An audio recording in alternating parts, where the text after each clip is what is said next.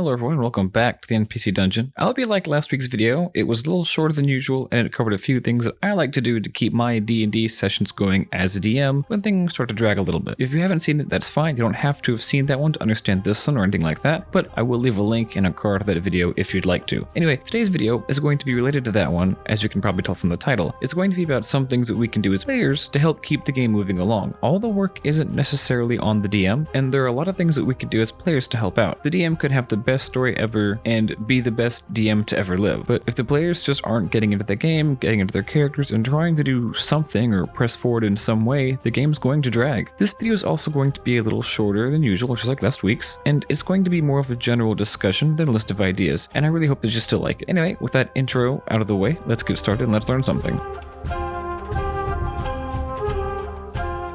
Now, to begin, a lot of this stagnation comes from the misconception that a good player is one who just sits quietly and lets the DM do their thing, but this could not be further from the truth. Without the players, there is no story. Sure, the DM comes up with it all, but the players have to actually do it. One of the biggest causes of this that I often see is when a player knows how a certain plot point's probably going to play out, because let's be honest, a lot of us know how stories work. Most of us know at least a little bit about story structure. For example, let's say there's an NPC who has been particularly helpful and kind lately. Your brain might start thinking, well, this character's going to die soon, so that when they do, there's no shock and you really can't play it off as your character. But keep in mind, even though you might know this, your character doesn't. And if you're already in your character's mindset, this shouldn't be too much of a stretch. Even so, just because you saw a plot twist coming doesn't mean that it can't hit as hard. That's still an NPC you can no longer interact with, a new boss you have to deal with, a long lost relative coming back, etc. In these situations, and really in general, it's important to know your character's motivations, their morals, how they live, what their goals are, and so that when something big happens, whether you saw it coming or not, you can ask yourself, how does this affect those things? The point is that even if you knew something was going to happen, it still gives you a whole new thing to do with your character. And then you can think from here, how would my character react? How should I react? And then what should we do as a group? And this is how plans are formulated. This is how you push forward in the story, and how the story really couldn't exist without the players. And honestly,